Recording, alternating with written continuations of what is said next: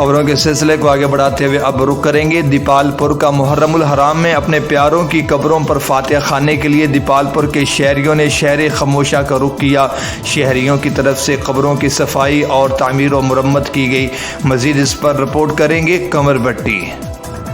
जी बिल्कुल, मुहर्रमुल हराम का मुकद्दस महीना शुरू होते ही दीपालपुर के शहरियों ने दीपालपुर के मुकामी कब्रिस्तानों शहर खामोशा का रुख कर लिया है।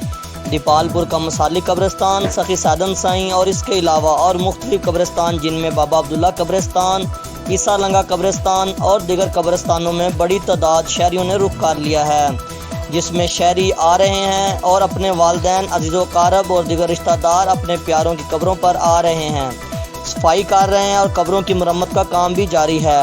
कब्रों पर पानी का छिड़काव और फूलों की पत्तियां निछावर और अपने प्यारों के लिए मग़फ़िरत की दुआ कर रहे हैं। मेरी इस हवाले से जब शहरियों से बात हुई तो शहरियों का भी यही कहना है कि मुहर्रमुल हराम के दिनों में कब्रिस्तान पर आते हैं, अपना वालिदैन और अजीज़ो कारब के लिए फातिहा ख़्वानी करते हैं और बख्शिश की दुआएं करते हैं। मुहर्रमुल हराम के दिनों में कब्रिस्तान आकर हज़रत इमाम हुसैन और शोहदाए करबला और अपने प्यारों को याद करके हमें दिली सुकून हासिल होता है। जी।